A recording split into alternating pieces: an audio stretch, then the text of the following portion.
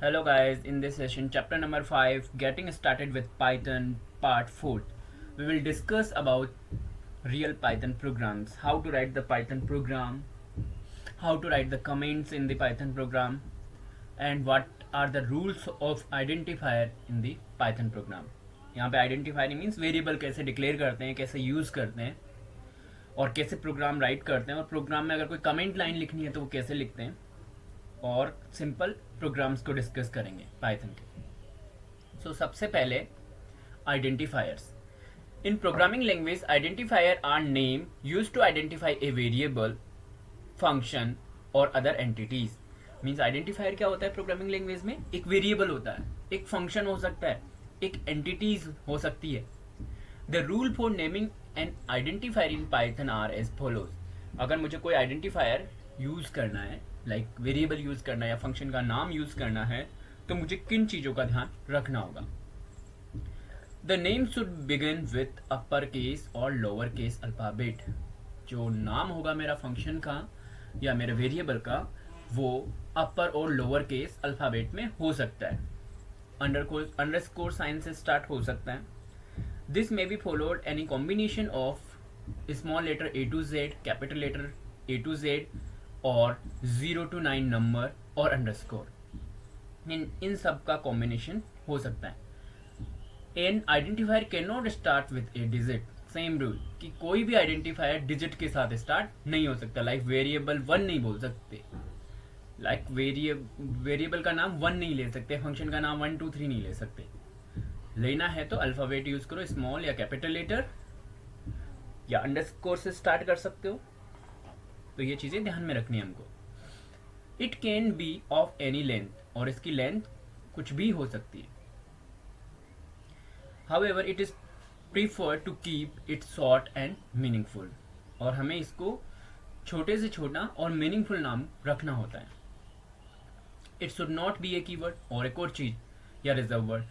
कभी भी आइडेंटिफायर का नाम कीवर्ड के सेम नाम के समान नहीं रख सकते, क्योंकि कीवर्ड का पहले से मीनिंग डिफाइन होता है, जो कि अपन ने कीवर्ड लास्ट क्लास में डिस्कस किए थे।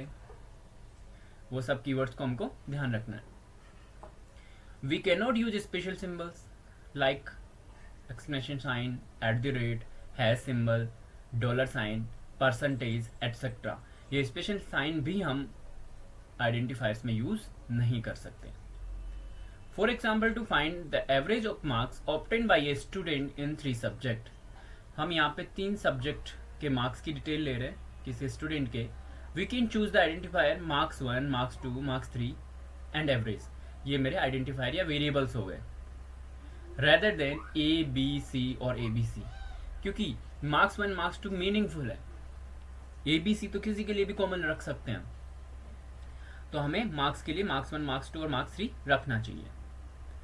Average equal two marks 1 plus marks 2 plus marks 3 divide by 3। Means average निकालना है तो मार्क्स 1 प्लस मार्क्स 2 और मार्क्स 3 तीनों को सम करो और 3 से डिवाइड कर दो।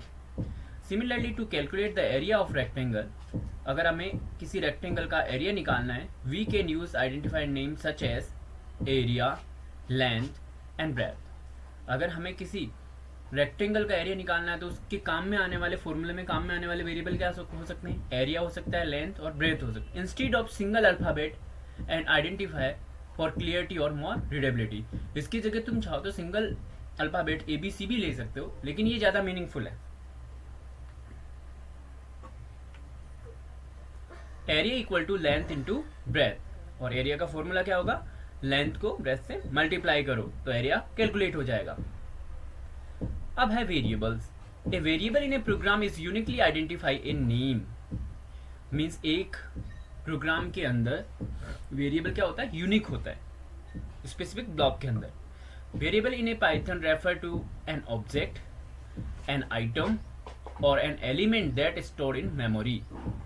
मीन्स एक एलिमेंट हो सकता है, एक ऑब्जेक्ट को रेफर करता है जो कि मेमोरी में स्टोर होता है। Value of a variable can be string, और उसकी वैल्यू वेरिएबल की क्या हो सकती है? स्ट्रिंग हो सकती है, सिंगल कोट्स में हो सकती है, न्यूमरिक हो सकती है, और any combination of alpha numeric characters like CD 6 7। ये सारी पॉसिबल वैल्यूज हो सकती है। In Python, we can use assignment statement to create new variable and assign a specific value of an item. In Python, we use assignment statement. यानी assignment statement का क्या role है? Value को assign करना.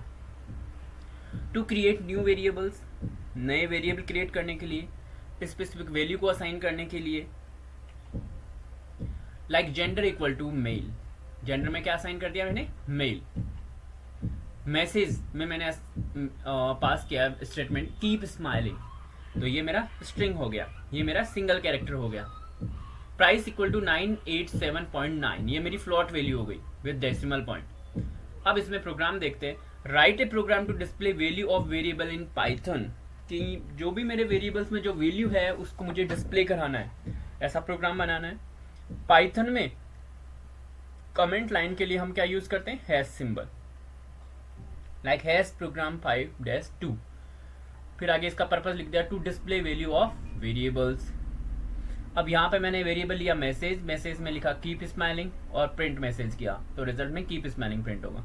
User number 101 और मैंने print किया user number is comma user number, तो यूजर नंबर के सामने यूजर नंबर प्रिंट हो जाएगा.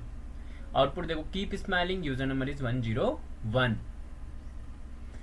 नेक्स्ट है इसी का explanation. In the program 5-2 the variable message hold string type value and so its content is assigned with in double quotations, can also written with the single quotation. Python में हम double quotation में भी लिख सकते हैं और single quotation में भी स्ट्रिंग को लिख सकते हैं.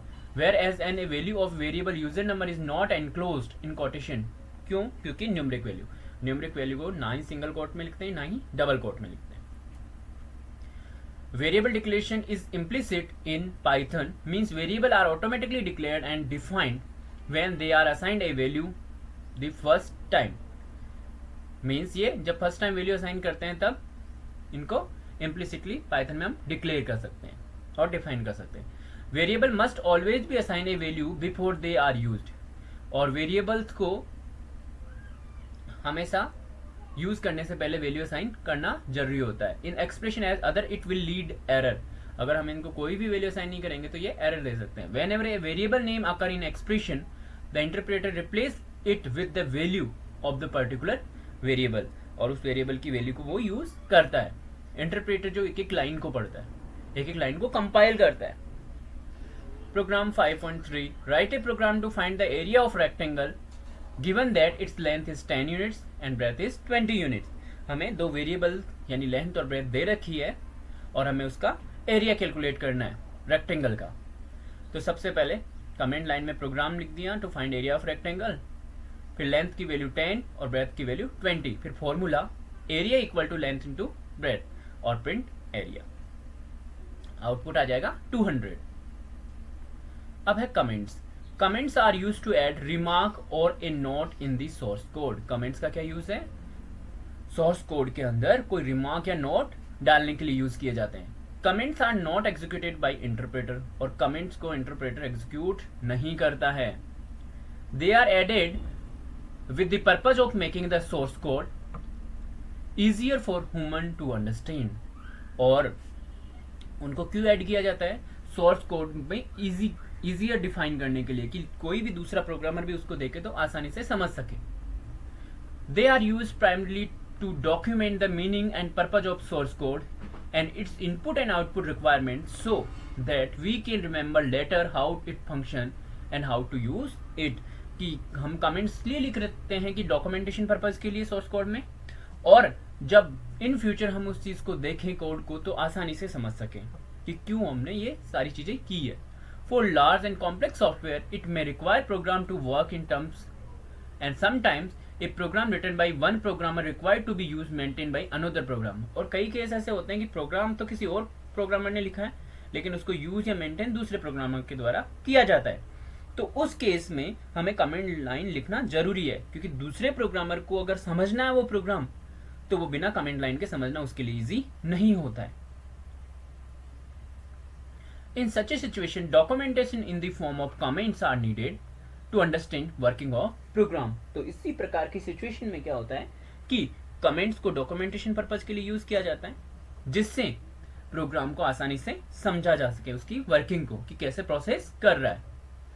इन Python comment start with the hash sign, और पाइथन में कमेंट किस सिंबल से स्टार्ट होता है? हैश साइन से. Everything follow the hash till end of the line is treated as comment and interpreter simply ignores it while executing the statement.